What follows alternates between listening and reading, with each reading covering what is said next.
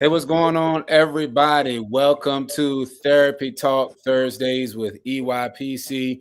My name is Terrence Jones, Regional Director of EYPC. I'll be your host this afternoon, and I'm joined with my colleague, Dr. Reginald Wells, in our Georgia office, and Dr. Russell Kawakami. He's also down in Georgia. He's got a plethora of credentials and a lot of things. And look, we have got a treat for you guys now. If you can see, you see all brothers on the screen. So you should be saying to yourself, well, usually it's a mix of guys and women, but it's all guys. So what are y'all talking about? Look, we're going to get into something that no man on the planet wants to talk about.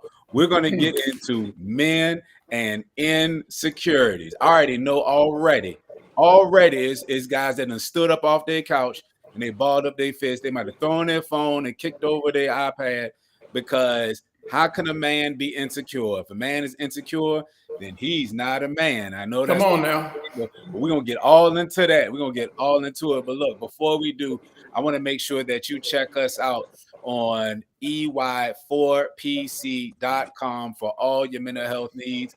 Look, if you feel like you're going through something, if you feel like you got a family member that could need some help, go to our website.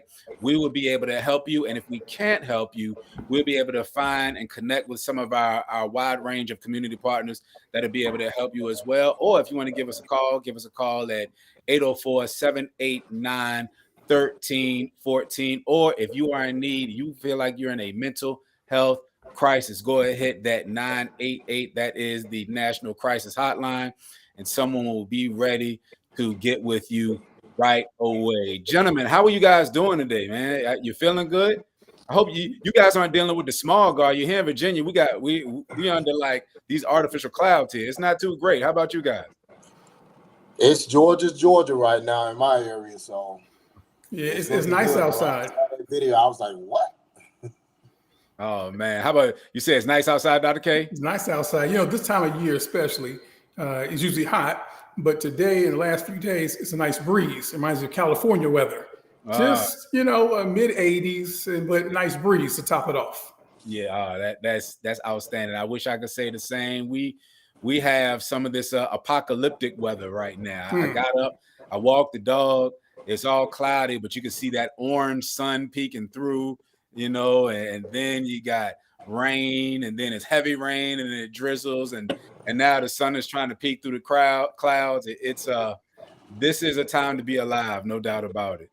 But look, guys, so when we were coming up with these topics, and just going over it, so last week we had a really interesting week, hitting everybody hitting the airwaves every single day, and when we settled on some of these topics and we got into what we're going to talk about with the men last week, the women had women and insecurities, and it was no big deal. The common thing is women got insecurities, but we got word that it was a request that we talk about men and insecurities. It was a request, and if you guys know, like I know, everybody's got insecurities, man. Everybody's got insecurities, but it seems like we brothers have a tough time working with them, dealing with them, even admitting them, and it's caused a lot of pain for men, particularly men of color. And I know of some guys who have called it quits on life because of not being able to overcome their insecurities. So I think this is really going to be an interesting conversation. And if you're watching, make sure you hit us up in the chat with your questions. Let us know what you have, because I know we got some brothers that may be dealing with some things, and it's okay. It is really okay. So look, let me do this before I get to this first question. Can we agree that there are too many men who do not properly deal with their insecurities? Can we agree on that? Yeah. Amen. Mm-hmm. Okay. So if that is the case, and Dr. K, I'll let you kick this one off. What do you think is the cause of that? What do you think is the cause of so many men not dealing with their insecurities properly? Now, are you talking generally, globally about men, or really specifically about the black man? Well, hey, you went there. Let's break it down to the black man. Well, I think the black man, if you look at historically, there's been this backdrop of being strong, being the man, right? And when you have a woman, especially a strong black woman who wants a strong black man, there's a challenge then of saying, let me be transparent and vulnerable without being too weak, without somehow being emasculated, right? So when we grow up with these themes, because what mama said or didn't say, what daddy said or didn't say, what the community has said about what it looks like to be a man, right? And then we're presented with, why aren't we vulnerable? Why aren't we sharing our feelings? Well, if that's not taught, if that's not then part of the backdrop and foundation of growing up, then it's really kind of foreign to us. It's like, well, what does that mean? I'll digress for a second. I remember in school, we were in this counseling group, and it was my turn, and the professor said, well, how do you feel, Russell? I said, well, I think that, and she said, no. I said, how do you feel? I said, I'm telling you. So I think that, and she said, no, those are thoughts.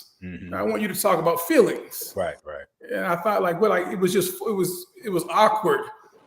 What do you mean talk about feelings? Like, I've been taught to push through. Yes. Right. Yes. To be an overcomer. Yes. It may have happened. It may not have been right. I don't like the way it felt, but I got to keep pushing. Yeah. Right. And for me, if I think too long on it, really like the word, as a man thinketh, so is he. Right. So even though we don't want to dwell there, get stuck there, I think it's important to be able to express ourselves in a safe environment. Yeah. Right. So even if we've been taught that, then we are wondering about, is it safe? Not just with our brothers, but with women. How do we feel about sharing those intimate insecurities? Yeah. You're hitting on a lot so much. And, as you were talking, I was reminded that I have not seen one man in my family cry. Not one. My father, my grandfather, my cousins, my uncles. I take that back. I saw my uncle cry, and those were tears of joy. And I also know, check this out, real quick story. Right before I was going to get married, I went down visit my uncle. He lives in Miami. And he was like, "You gonna cry at the wedding?" I'm like, "I ain't crying at no wedding."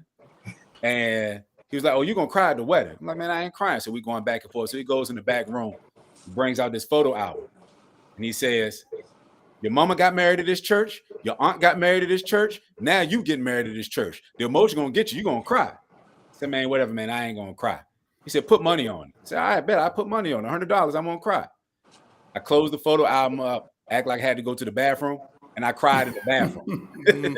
I cried right there. And my mind was, there's no way in the world I'm going to cry in front of all these people.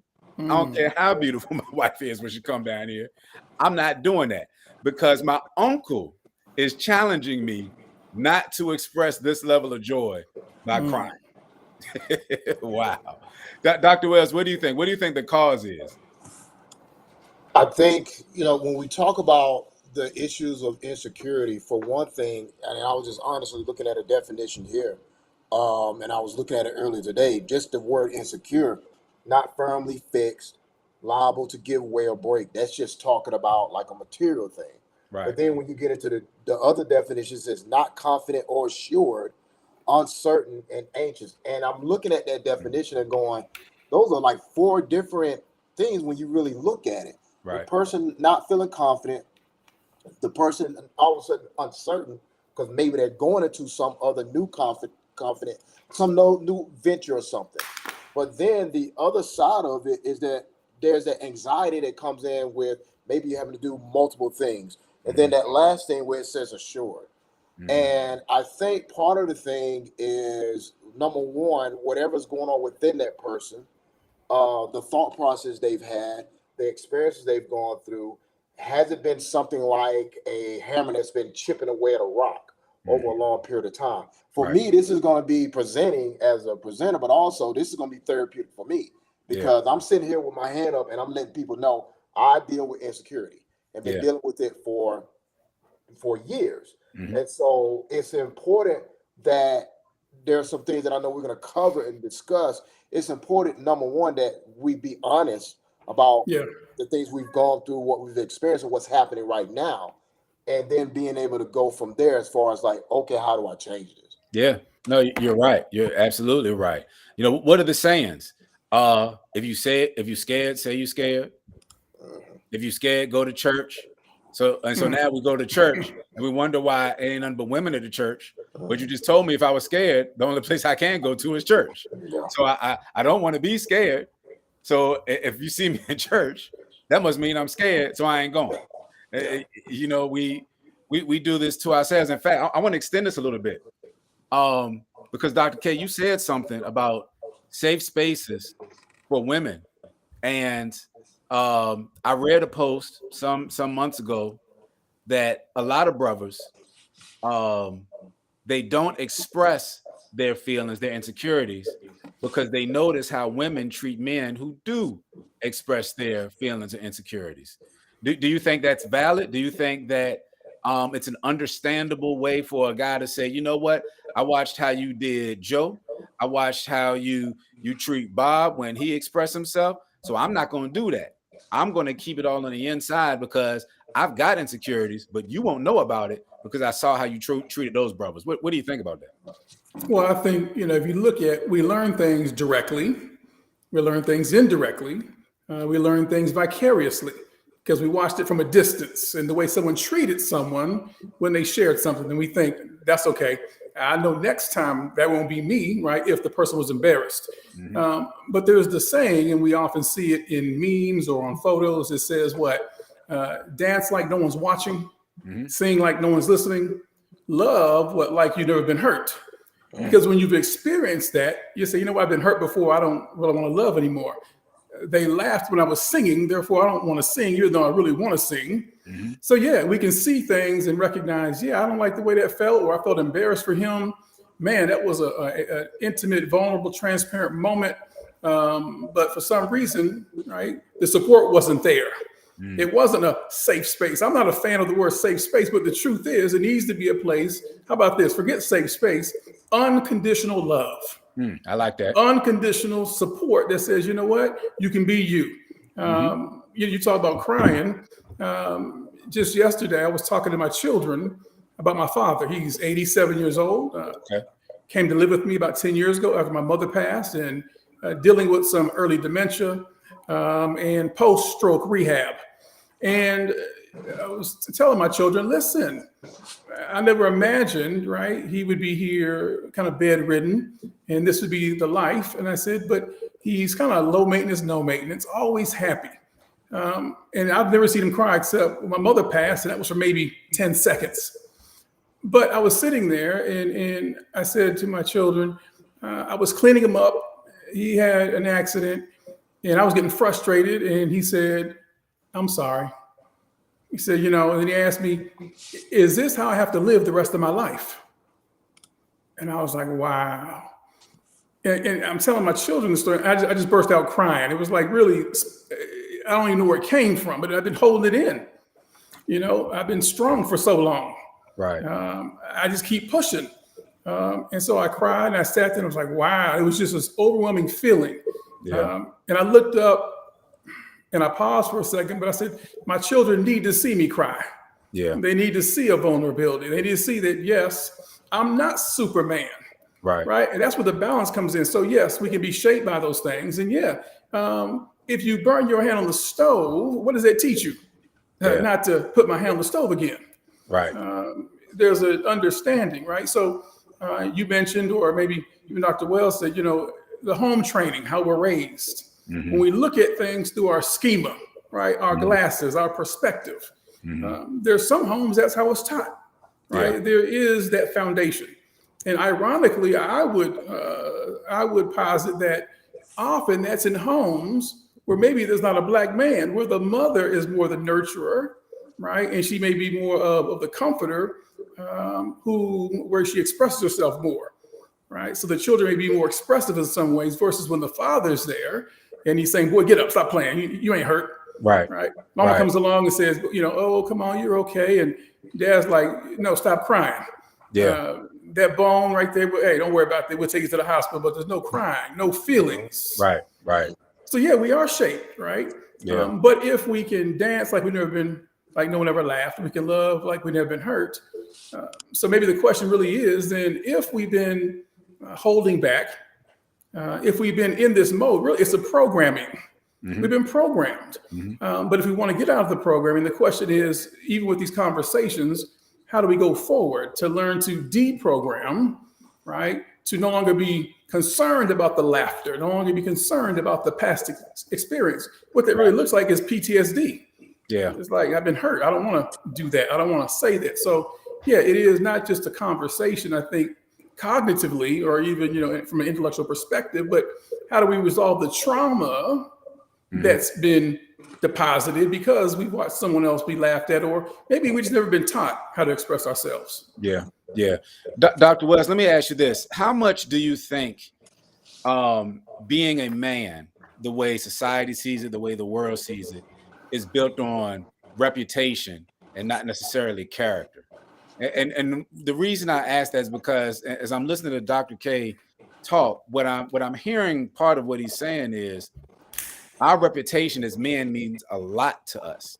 And depending on the type of environment that you grow up in, if you feel like your reputation has cracks in it and you can't protect it, and it lessens your worldly perception of being a man, then you're even more likely to try to suppress and hide your insecurities. And then when you do that, if we're really honest with ourselves, when you hide and suppress your insecurities, you are living in a dishonest lifestyle. when you try to be someone that you're not. Everybody is, mad at Tekashi 6ix9ine for trying to be a gang member when he wasn't a gang member. But how many of us try to be a rock solid guy, being broken inside, and not going into these places of unconditional love, or even refusing unconditional love because it hurts our reputation? What do you think, Dr. Wells? Is reputation, is it toxic for men? Is the reputation for men toxic for men? And this is why we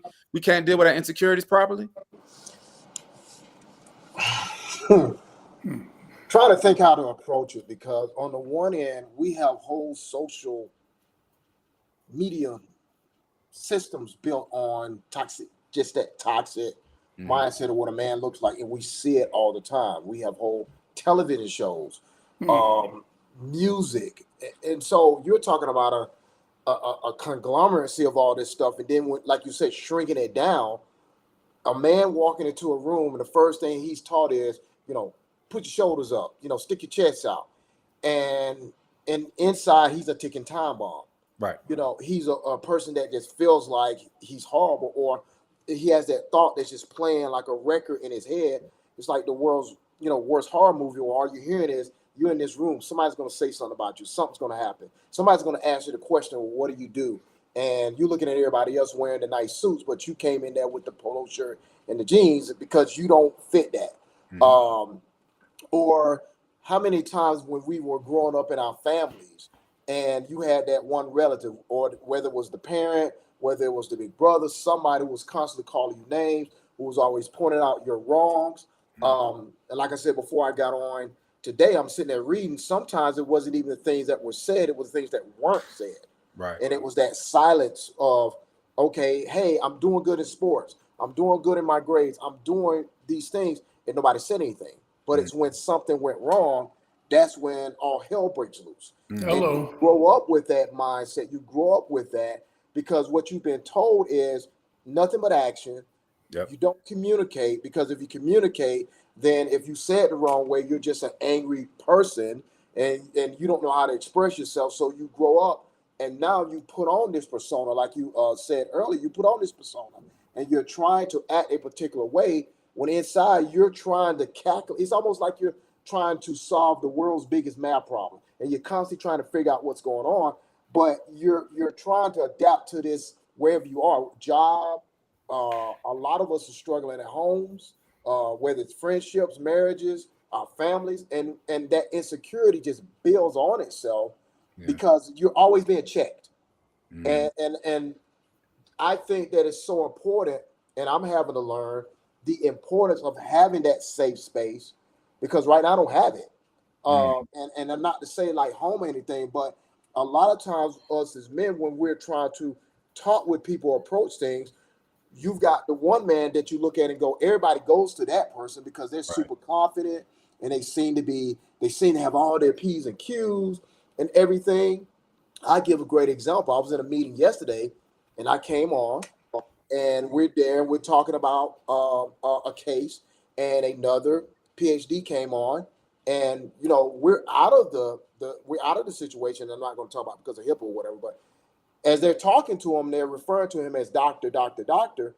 And, I didn't have much to give because I wasn't that much into the case. But immediately it was Mr. Wells, Mr. Wells, Mr. Wells. Mm. And it kept happening. Now, on the one end, you know what the credentials are, you know the work you've done, you know all those things, but Right. it's that consistent pecking.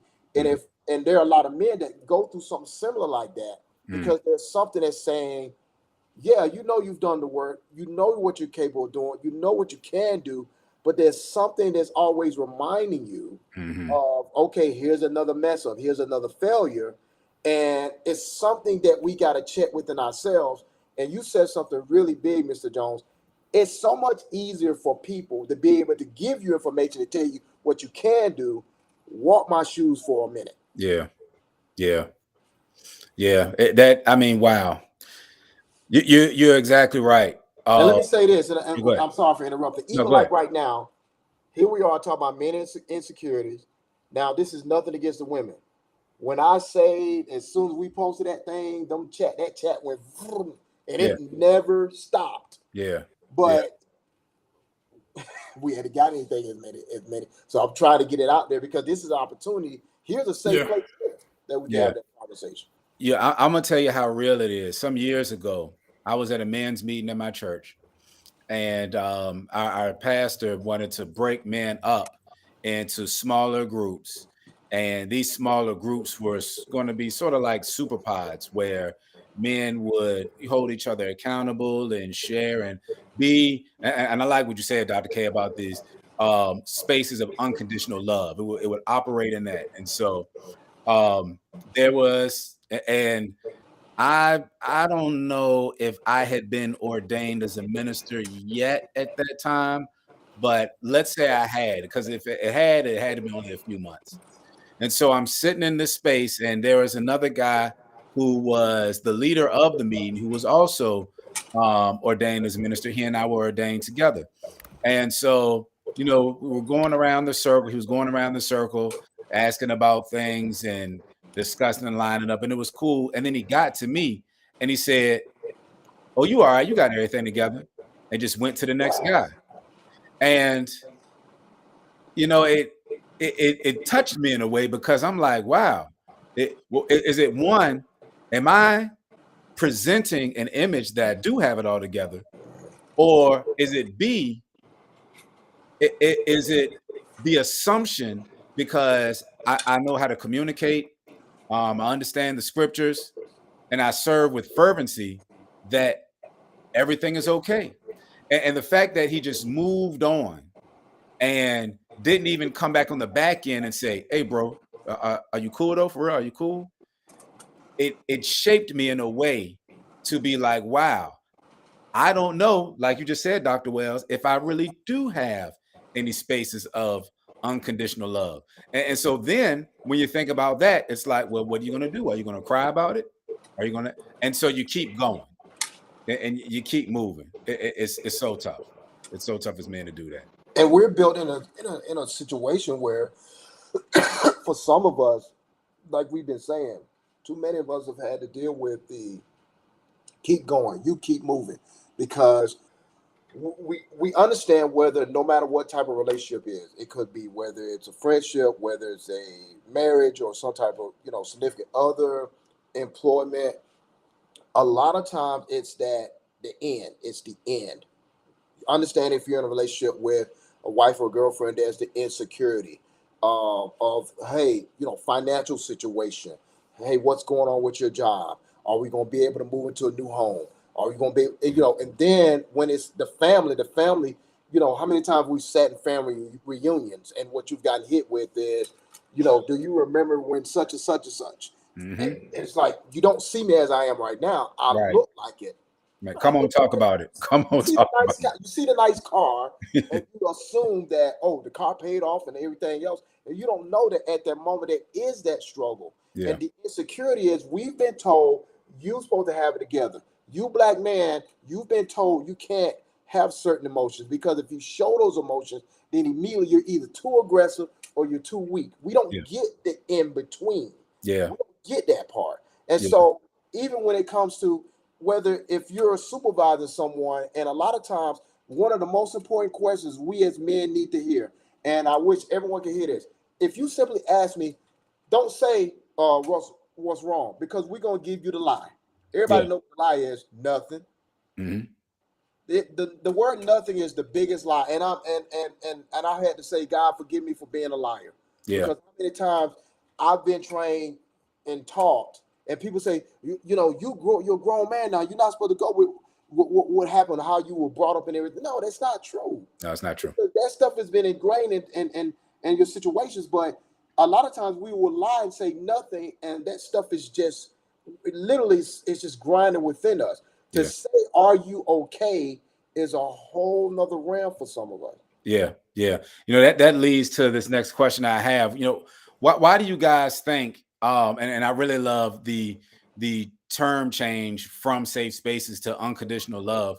Why do you think that it appears that women have so many spaces for unconditional love, but men do not? Dr. K, why do you think that might be the case? Uh-oh. You're muted. You muted? You're muted, brother.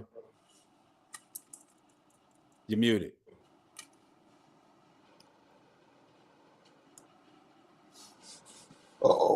Uh-oh. See, that's the enemy. Yeah. This type of conversation, he's gonna fix it. We're gonna fix it. Yeah, we're gonna fix it. What do you think, Dr. Wells? Why do you?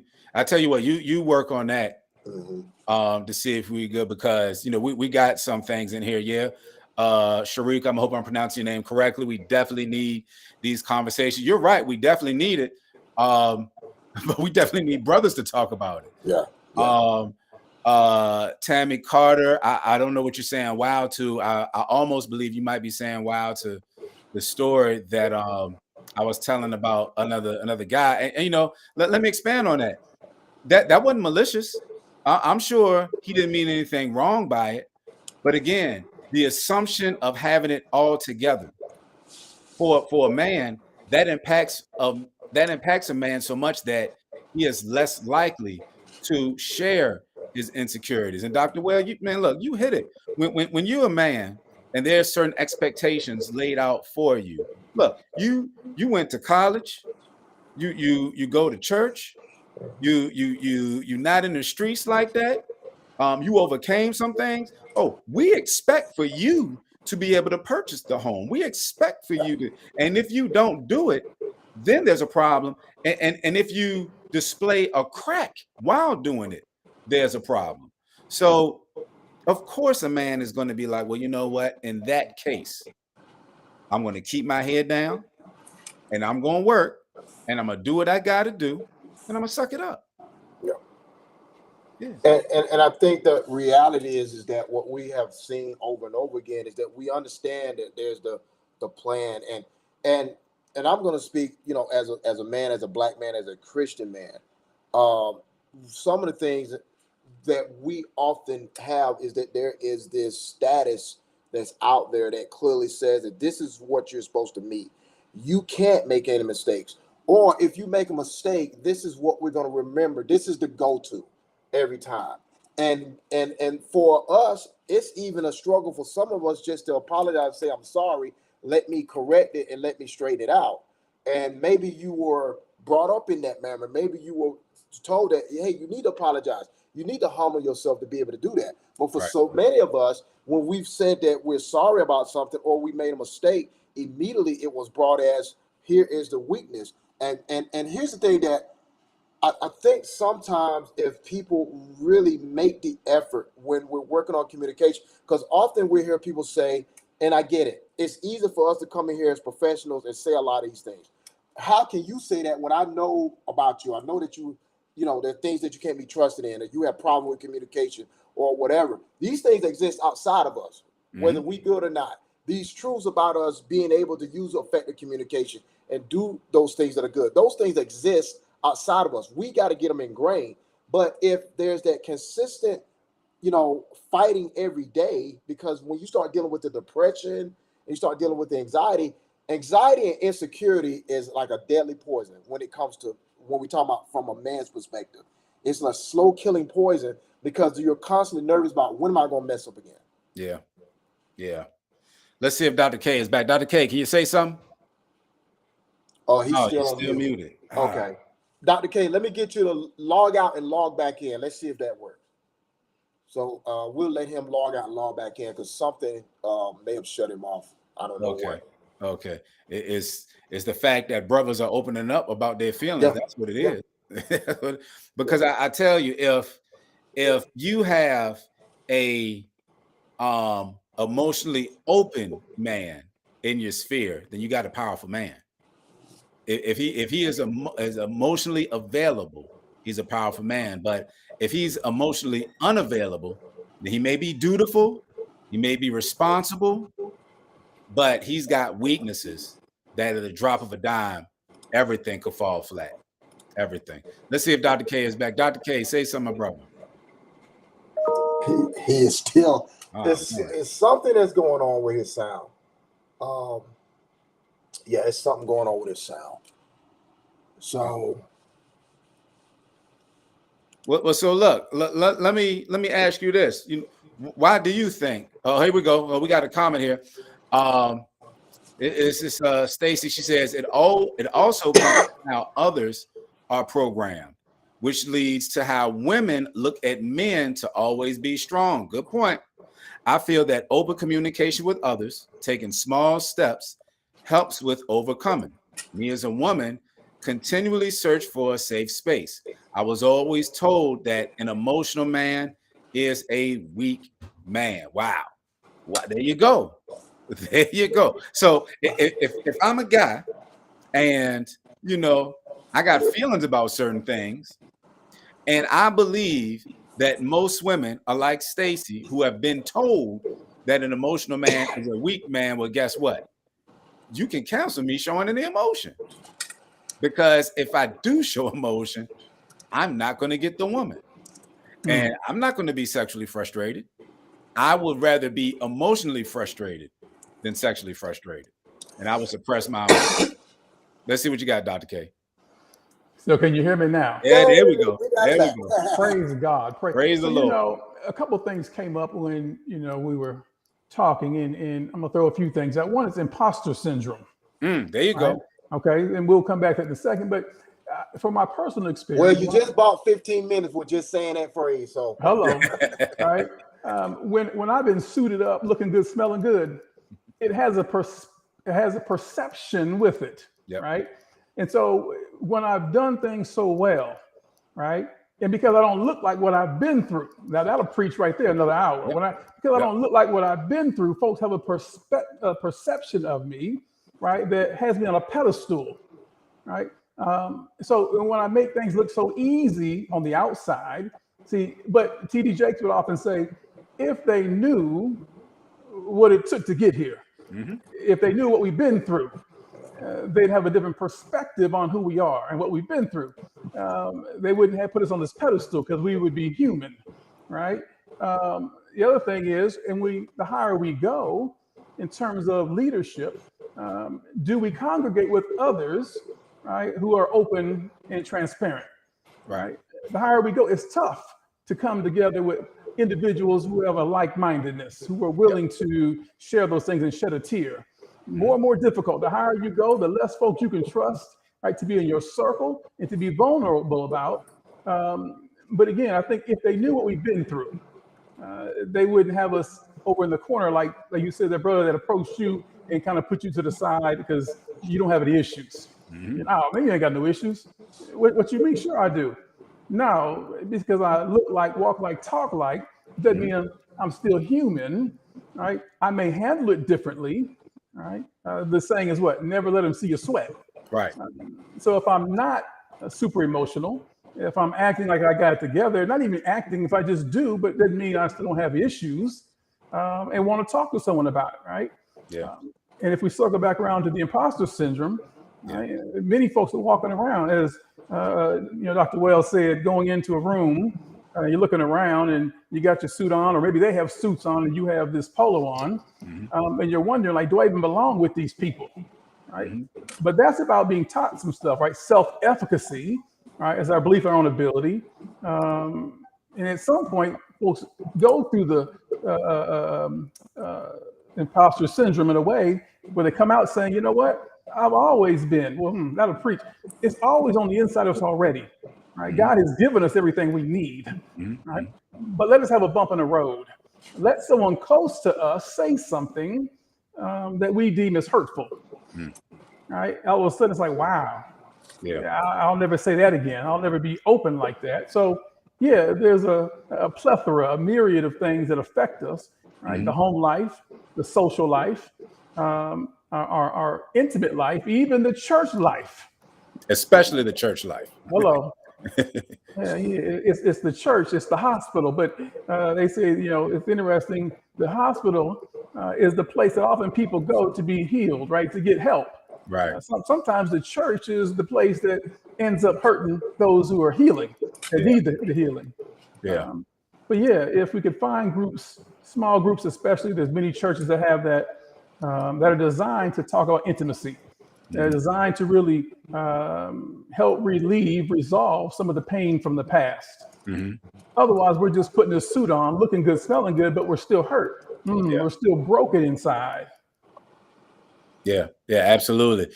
But why do you think, Dr. K, that it appears women do have these spaces? Women do have these 3 or 4 or 5 young ladies, seasoned ladies that can come together. They can cry together. They can express what's going on together. They talk about us. They can do these things. But I'll be honest with you. I haven't gotten a real, I'll even take it back. I hadn't told my friends, my male friends, that I love them until I turned about 42, 43 years old. And I've been burying friends since I was 16. Why do you think that women appear to have these unconditional love spaces, but we brothers don't have those? Do you think it's their fault? Is it our fault? What do you think? Me? Yeah, yes, sir. So in Bible college, I remember this conversation came up about God being the strength and the Holy Spirit, of course, being the comforter. Perhaps God being the male version, the Holy Spirit being the female version as the comforter, expression and love and this affection. But are we taught that? When you are often persecuted, let's say the Black man throughout history, you don't have time to express pain, right, or weakness. That's not something you want to show. Right. As you said earlier, so you're just like, let me suck it up. That's okay. See, no doesn't mean no. No means try harder. I got to keep pushing. I got to keep going. It may not be right, may not feel right, but I still got to keep going because no one's going to care about my feelings, right? So I think part of it is what was taught, that the man has to push through.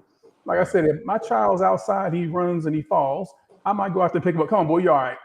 Now, that's just innate. That's just where it's coming from. My wife may go out there and say, oh, and hug him, pull him close first. And that's just who she is. But I recognize that he needs both, right? He needs to know that there's times where you can't keep crying about it, son. Come on now, you can't keep crying about it. And other times it's important to talk about it. It's important to express yourself and be heard, and then pivot, and do what we got to do. But to not talk about it, right? So the question of why women do, I don't know. I think it's historical. How did it begin? I don't know, but it seems, I believe you're right. I see Black women all the time having these groups. Women can walk places and hold hands, right? They can be, hugged up in pictures. I went to not Women Aren't Loose, Manpower many years ago. 50-something thousand in North Carolina in the stadium. And TDJ said, turn and hug your brother all throughout this event. And the first time was kind of awkward. Okay. But by day 2 or 3, you talk about walls being broken, right? Broken down. The tears were falling because it was like, when have I been hugged by another man in such a way where my mind wasn't like, okay, this is kind of weird. This is right. What's really going on here? Right. But it was about love and support and a place to be like, listen, if you can't do it here among these men, where can you do it? Yeah. And if you can't tell your friends you love them, if you can't do those things, then wow, what are we really doing? What are we doing in our kingdom walk if we can't express our feelings to other men who can understand the burden that we're carrying? That's something backward. We got a couple comments here.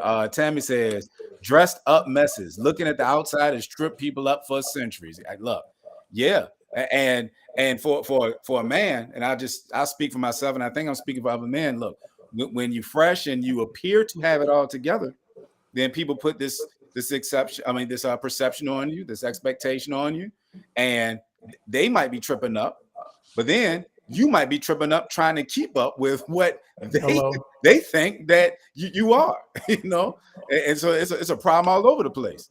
Tawanda says, have you ever felt pressure to hide or suppress your emotions? Absolutely. How did this affect you? Dr. Wells, I'll get you that question. I know the answer to me is yes. Have you ever felt pressure to suppress your emotions? How, and if so, how did it affect you?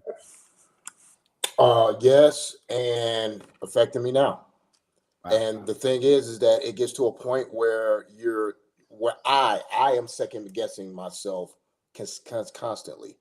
And when you feel like you've been told you have to do certain things and you have to do that, it becomes almost subconscious, an automatic response to, I got to get this done. I got to get this done. I got to get this done, because there's some type of thing that you got to reach, even though people are constantly saying, look, you got to look out for yourself. You got to take care of yourself. You got to have, trust yourself. The thing that it affected me, and how even when I talk to my therapist, how it's affected me, is the fact of always feeling like if something goes wrong, then the question becomes, what was my action with this? Because the thing is that you can take responsibility for something and you can begin to try to do the work. But again, until people are sitting in your shoes and they're really seeing everything that's going on, whether it's at home, the bottom line is that the home got to be taken. You got a responsibility as a man. Right. Whether it's on the job, it's like, okay, what's going on at home, that's not important to the job. What is that it has to be taken care of right here. That has to be handled here. And I'll say this, I had 2 close friends, very close, and we kept up with each other. One died of cancer, and almost a year or so later, the other one died. And being able to go back and find and say, because they were the safe place. They were the ones that when I wanted to have that conversation, go have that conversation. And then, you growing up in a church environment where it's always been, all right, go talk to the pastor, go talk to such and such. And then some things happened, and then that got cut. It should be that as a man, you should be able to go to have conversation with certain individuals. But if you have betrayed them, if you have broken their trust or whatever, and you're trying to come back and correct that, that may be a problem. So you're constantly always sitting in a room by yourself going, how can, and I've said this, I'm going to say this, and this is me being honest with everybody.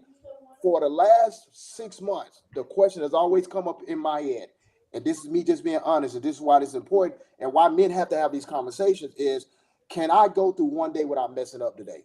Yeah. And I'm letting y'all know this. This is me saying this. Can I get through the day without messing up the day or pissing somebody off? And that's unhealthy, but that's something I still have to do work on. Yeah, absolutely. So many of us men go through life wondering when the shoe's gonna drop, when the bottom is gonna fall out on all of this. And you did the right thing you did your work, but particularly for guys who may have left some bad behaviors or walked away from some things or some people. There's that, and I want guys to hear this. You are insecure about your past because you think your past is going to come to get you in your present, in your future. And it presents an insecurity because you can never really live the freedom that you have now because you always thinking about who gonna get me from 15 years back, from 20 years back. And emotionally, you're taking that in. And then when you don't express it, you're suffocating yourself a little bit. Yeah. Let's see what we got here. Stacey, again, this goes back generations. Understand that some women experience pressure from family, friends, and community to keep a strong fake front because of expectations of others. And our Black men are held to high expectations dealing with emotions. I wonder if you mean, Stacey, their emotions, because we didn't even touch on the fact that you may be a husband and you may be expected to deal with your wife's emotions, but you might not get the same support when you have your emotions. We ain't even talk about that. That might be a whole nother hour. We're not going to go to that one. Well, wait, the women getting a part 2, so we may need a part 2. We may need a part 2. Yeah. We may need a part 2. Look, what do you think are some of the things that are normal? And this for you, Dr. K. What do you think some of the things that are normal that keep dragging men back or keep putting men in a deficit when dealing with their insecurities? And when I say things like, you know, we talked about it earlier, if you're scared, go to church. What are some of the things you think that we just feel like, hey, that's how it is, but what it's actually doing is keeping men in emotional bondage? What would you say? You know, it's a mindset, number one. That's about being programmed, right? Who burns their hand on the stove, feels the pain, but then does it over and over again? Yeah, it's insanity. Right? It's insanity for some, right? But the question again is, who burns their hand on the stove? They're in their right mind. They feel the pain, but yet do it over and over again. Somebody, I propose this, consider this, someone who's getting something from it. So it's not necessarily insanity. Wow. So, and sometimes we don't know from the outside, like, that's crazy. Why would she go back to him? He broke her arm. Her eyes always been black and blue. This abuse, that's crazy. Why would she do that? No, she's getting something from it. Whether it's the support, whether it's low self-esteem, right? So when I look at the behaviors on the outside, I go back to how it's being manifested from the inside, right? So if I'm doing the same thing over and over, if I'm struggling to, or if I'm stuck, that's what it is, right? I really want to do some stuff. What do people do at the beginning of the year? Every year they do something. What is it called? The New Year resolution, right? Yep. And how long do those typically last? Maybe February. Maybe February. Maybe. Like 3-4 weeks, right? Yeah. Sometimes 2 weeks. Yeah. So people always say that. Then the next question I ask is a little tricky. Well, how come? Why is it only lasts a couple of weeks, maybe into February? Why can't people continue to do their New Year resolution? Why is that? They get something from it. Right. They get something from it. They say, well, I want to lose weight. Or the whole thing is comfortable. Back to the programming. Right. So even if we talk about change, right, this is a great conversation. And there'll be people who hear it and say, man, you're right. I need to be more expressive. I need to find a safe place. And even if they go there, right, we can fall back into our comfort zone, our programming. It's like right now, if I told you to stop blinking, consciously you could, but at some point you would start blinking again because that's how you're programmed. Right. So we're programmed in a way to, again, do what we do, especially when it benefits us, even when on the outside, other folks don't see it that way. So there's things that we're doing every day that keep us trapped, but again, we're getting something from it. If I don't express myself, then what? I avoid embarrassment, right? I avoid even some, what's the word? My own self-introspection. Man, who am I? Why would I say that?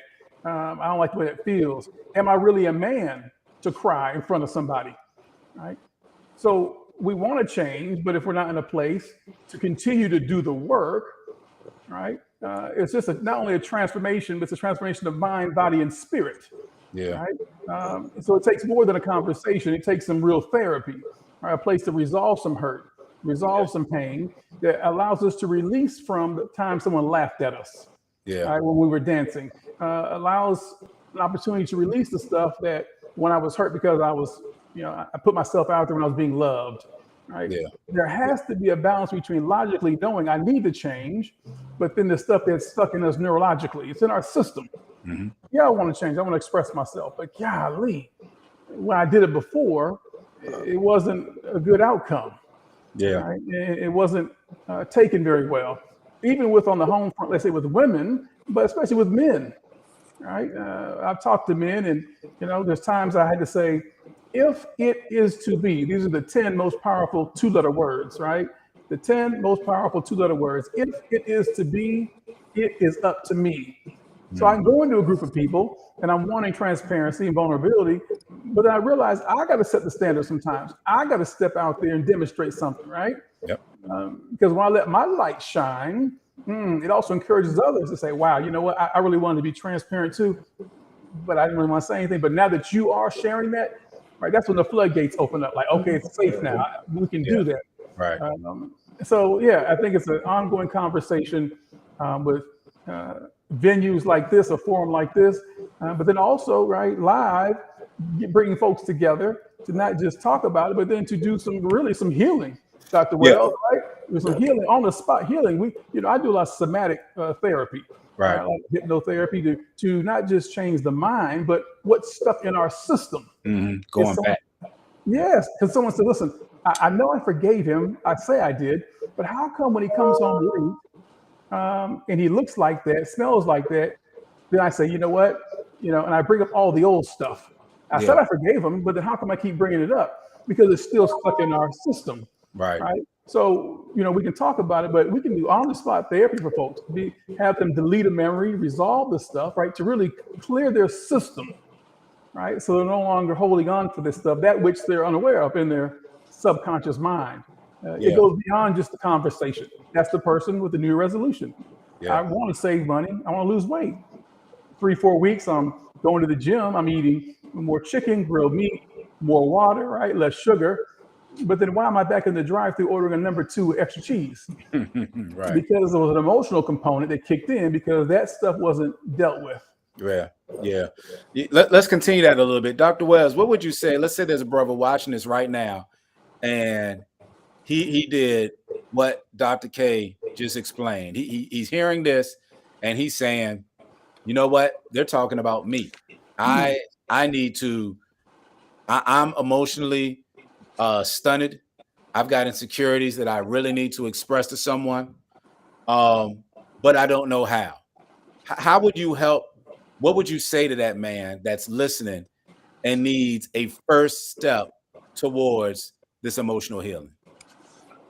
I think the first thing that's going to be important, I like to always check back and say, well, where have you gone somewhere in the past that has helped out?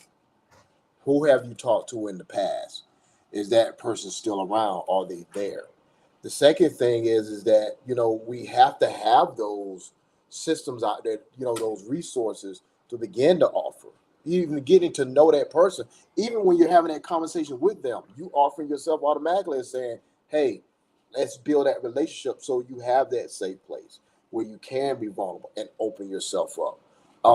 Because again, we're in a society now where there's social media, no matter what, when we see entertainment, all this stuff, it's a lot of stuff that gets put out there that's just so, all right, this is it. This is what we're looking for. But then when you hear those, like those true stories from Hollywood or whatever, or the documentaries, you often will see like, wait a minute, this ain't nothing like the person that was there that's having that conversation. Right. So I think for us, whether we're therapists, whether we're ministers of the gospel, whether we're just friends, you're just like, look, first let me offer myself, and then let me see, have you ever thought about talking to this group? There's a group that meets at this Starbucks, man, and their commonality, they love coffee. Or, I remember years ago, there was a group that was trying to form out of paintball, because I'm a big paintball fan. And they wanted to get together, go out there, let's talk, and then it's going to sound crazy. Let's talk, and then let's shoot each other. It's just, it is what it is. But when you get finished and everybody's laughing at, hey, this guy fell or this guy did this, did whatever, you found there were times where there were conversations that happened that you was like, whoa, wait a minute, you come in here. I remember this one guy, he's about 6'5", he's about 2-something that came out at the play, and we're just talking with him, and we're listening, and I'm like, I'm so sorry. I told him, I said, I'm sorry, man, because I just thought you came in like big dude and everything, but when he started talking about the stuff he was going through, I was like, whoa, and it makes me always, I want to make sure that people have a safe place when they're having that conversation with me, and I know that's difficult because sometimes you said something earlier, both of you guys said something earlier where it is, I want to be able to make sure that you do feel safe with me. Yeah. But sometimes people have that old memory of you, or you hurt me, you caused me pain, I can't trust you. That's what's always, because they're either trying to protect themselves, and in the meantime, you put that wall up, and it's like, I can't talk to you through that wall. So now you feel like you got to back up. So we got to learn how to be able to just let people be, in a place where they are, and allow them to grow into that vulnerability. I love that you said that, Dr. Wells, because now we are talking about expressing ourselves, but I would dare to argue that another part of the problem is us as men not being places for other men to express themselves. Us being the ones that'll be dismissive, be like, I don't really want to hear that. Or us being the ones that say, man, come on, tighten up. We do this, and so there's one side of there's two sides of being a better communicator. One is the talking, and then one is the listening. And when we talk about being a better communicator, sometimes our mind is drawn to just the talking part, the expressing of what we're going through part. But the other part about that is making sure that we are practicing active listening, making sure that we're not listening to respond. Believe it or not, I know the cliche is, women just want to be heard and men have solutions. But believe it or not, it's a lot of brothers that just want to be heard because they haven't been heard. They grow up in families where they've been shut down since a kid. And now they're 48, 58, 38, 28. They just want to be heard. And even they'll take the suggestion, they'll take the advice, but they really just wanted a brother to listen to them. And I think we can do a better job of doing that too. I really think that will help kind of close the gap a little bit on being able to help us deal with our insecurities. Look, we got a few minutes, just a few minutes. I want to, and I'll start with you, Dr. K, on this. Can a man be a man with insecurities? And what I mean is, can a man with insecurities still achieve, still be successful, still be a leader? And if so, how can he do that? Can we buy 5 minutes? We can buy 5 minutes. 3 o'clock, but can we buy 5 more minutes? The question in itself bought 5 minutes. All right. All right. Praise God. So I think you become even a better leader when you are transparent and you show vulnerabilities. You don't have to have all the answers, right? That's a great question, staff member. I don't even know. I'll get back to you and let's find out together. When I tell my children, I ask them, listen, I said last week, I said, this is a question that I'm going to ask, and, I want you to be honest. I may not like what you're going to say, but how can I be a better father? All right. You just tell me, what am I doing that you like, and what are you doing? What am I doing that you want me to improve on? I have to be willing to hear that. Right. But great leaders not just lead, but they also follow. Right. Yeah. They respect the feedback. They get it that, listen, if I'm so perfect, right? Again, if they knew what we've been through, like, wow, I didn't know you've been through that. Yeah. Right. I struggle with that. And so it's our own vulnerability. How about this? Well, what comes to me is when God is for me, who can be against me? Right. I think when I'm rooted in that, then I know, listen, in the flesh, I may be uncomfortable walking into this room full of new people dressed up in suits. Right. But I have to walk knowing that if God is the King of Kings, and I'm his son. I'm a prince. Yep. I'm royalty. Yep. And if I understand that, I can walk into a room with anybody at any time, dressed as anything, and know that I'm still somebody because of someone. Absolutely. Right? But that takes a mindset and a connection to know either, of course, God knows the voice of his sheep, and I know the voice of my shepherd, to know that, listen, I don't even know how it's happening, but by the grace of God. Yeah. Right? Transparency, though, I believe, makes us great leaders. It draws people to us because we're humanized. Yeah. I don't have to have the answer. Dr. K might have a few credentials, but golly, when I talk to him, he seems so, I've heard that before. You seem so normal. Well, why wouldn't I be? Right. Because of perception. Yeah. And when you put me on the pedestal, two things happen. You Yeah. set yourself up for disappointment and me up for failure. Yeah. Because I have to live up to it. I want somebody to catch that, because it's so important to know that you can make mistakes. You can be insecure and still hit the goal. You can still fulfill everything that God called you to be. Look, anybody who's ever read the scriptures, you name me one person that didn't have major failures. Name me one man that didn't have. I'm not talking about minor. I'm talking about mistakes that killed people, and still didn't make things happen. David killed some people because he was angry at them, but then he also killed some people because he made mistakes. Yeah, he made mistakes, and God never took the man after his own heart title off of him, even though he's made those mistakes. So if King David can do it, and then have the privilege of having Jesus the Son come through his lineage, why can't you? Why can't you? Yeah. Why can't you? Dr. Wells, come on, you bought this 5 minutes. Can a man with insecurities still be successful? And if so, how can he do that? From my end, I believe he can. And both of you guys hit the nail on the head. It is the importance, and this is something I've got to learn. It is the importance of understanding that, you made a mistake, but don't let the mistake become a consistent thing. But also, my difficulty is I've made a mistake, and this is me saying this, and this is personality, it's all kinds of things, but it's still work that I have to do. Is don't let it become a thing where it's the thing that you use as a weapon against yourself. Yes. Almost in a sense to protect yourself, because sometimes even me, and I'm saying this for me, is that sometimes I just be like, okay, fine, I'm a failure, I'm a mess up, I can't get right, I can't be like this person, because it then gives you the excuse not to move forward. Right. And so that's been something where it's like, there are many things that I've thought of and say, I can do this, I'm capable of doing this, I'm capable of making a change. But it becomes a question of, now, do you allow other people? Because there are things that other people say that are important. You need to hear that. You need, this is why we was talking about, do men have that safe place where sometimes you do need foot to the head or up to behind, one or the other, and people saying, wake up. And those were my brothers that they were like, yo, stop, hold on. We may not be married or whatever, but I can tell you this. I can let you know about that. And when it comes down to those abilities to be an entrepreneur, when it comes down to having a good marriage, when it comes down to being a good father, even if you make those mistakes, as you were saying, don't let the mistakes be a consistent thing. And then sometimes you may be reminded, or hey, this is all I see. Or you'll hear that statement. Well, do you see anything good in me? Do you see anything better with me?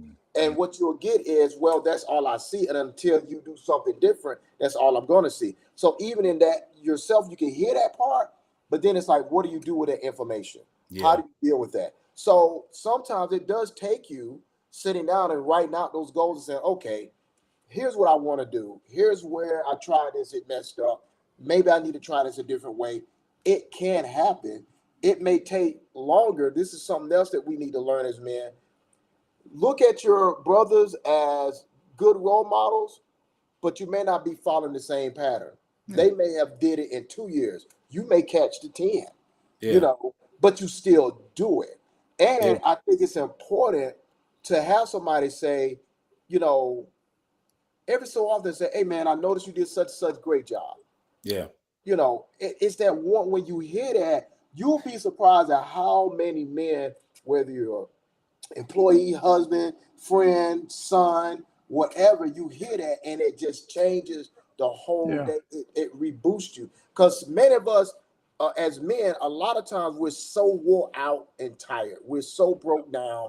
And the moment that sometimes we may feel like we're not even allowed to be sick, because anything that says, okay, I'm not feeling well, people look at that. Some people look at that as a weakness. Oh, well, you're not taking care of yourself. You're not, and it may not be. But sit down for the moment and say, hey, what's really going on? Right. Let me be honest with you. I can be honest with you, but let me also validate you and hear you. Yeah. Because I think for women, it's something that's needed and consistently, because we all need security. This is why we talk about men and insecurities. Yes. We all need security. We all need that, but we're going to approach it differently from a woman's perspective, from a male perspective. We want to be able to say, look at what I did, and hold it up and say, I did it. Yeah. But the woman may say, wonderful, I did it, but I want it to be in longevity. For us as men, we want that moment to say, okay, great job. And we may be thinking of longevity, but for that moment, we need that pat on the back. Yeah. I'm about to say something, and we're talking about this as adults. Even when it comes to sex, a lot of times, many of us have just stopped completely because we got approached as, well, you're not like such and such here. Or, I remember my last guy, and you don't know what damage that can do. Yeah. Man, where at that point, it's just like, I can't compare. So what do I do here? So we can be very successful. We can make things happen. It starts with us. And sometimes it's got to be, I got do a little more extra work than you, because I may have had the wind knocked out of me a couple of times. Yeah. But now I'm still breathing. So it can be done. Yeah. Yeah. But while we wrap up, you just made me think of some things, and the Spirit of God just dropped this to me. There's a reason why the law says don't covet your neighbors and runs down the list, because that's actually self-harm. That's self-harm. God is trying to protect you from you. When you covet, you choking yourself. Yeah. You took your eyes off the provider, and now you looking at what you don't have, and you slowly squeeze the life out of you because you covet in something else. And when men get in that space, then that jealousy creeps in, and particularly for our young men, that's when they tend to resolve these things, and things that put them in confinement for decades. When you start that covet, and when you talk it, you made me think about that. And then the other thing that both of you were saying, it made me think about this: you might have made a mistake, but you are not a mistake. Hello. Don't allow the mistake to replace your identity. That's not who you are. That's just what you did. And as a man, you can't put really on either side. You're not the mistake, nor are you the championship. You won a championship, you made a mistake, but you're neither one of these things.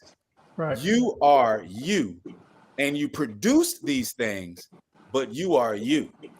So don't crumble under the mistake, and don't hide under the championship. Be vulnerable, be transparent, find spaces of unconditional love. And like Dr. K said, when you do these things, you will actually be a more successful man than you would be if you just hid all that stuff. Wow. Yeah, we need a part two. We need a part two. Well, we're gonna have to. We need a part two. Dr. K, man, look, before we go, tell everybody, you're an LPC, you do a lot of good work. Tell everybody how they can reach you if they need you, or what your social media handle is. Go ahead, plug yourself right quick. I appreciate it. Well, they can reach me at The Mind Doctor, spelled out TheMinddoctor.com, or on Instagram, I am The Mind Doctor. In fact, I often will share this on someone's podcast. Anyone who reaches out to me, I'll do a free session. First session's on me, because it's not about the money, right? When God says, go ahead and put yourself out there to help someone, to help co-pilot a journey of healing, they sometimes don't have the money. And they'll say that, I can't afford your services. You don't know what you can afford. Hello. Right. So don't let you speak it, but when you get blessed with it, right? So if anyone reaches out to me and says, listen, reaching out as part of the show, I'm going to honor that with a free session. Awesome. Incredible. And look, guys, don't forget, make sure you visit us at EY4PC.com to learn more about our community mental health services. Maybe you need some help. Maybe you know someone else who could use some help. We are available and ready to help you with whatever you need. And look, make sure you meet us back here 2 p.m. for Therapy Talk Thursdays each week, each Thursday. Look, we're looking at having a really good time. I really can't wait to dive into. I think we're gonna let the ladies have their part two, and then we might come back with our part two. Who knows? Maybe we might not have a choice from what I saw. Yeah. Maybe we'll come together and just have the whole part two, where so the meeting of the beautiful minds can make it happen. Dr. Wells, we like to close out blessing the Lord and thanking the Lord. Do you mind closing us out in prayer, my brother? No problem. Yes, sir. Lord, we thank you for the opportunity again to just present ourselves and here creating just a safe place. Even though it's miniature, it was the time for people to be able just to allow themselves to open up. We thank you for you just guiding us and being there with us. We ask if anyone was affected by this in a positive way, that they would get the help they need. And we pray that you will continue to protect and help us to be able to overcome those insecurities that we deal with, knowing that you're the one that can do so. We ask this in your name, Jesus. Amen. Look, we thank you guys for tuning in. Y'all continue to have a blessed and powerful week. Hit up Dr. K. Hit us up also, man. We love you guys, and we will see you next week.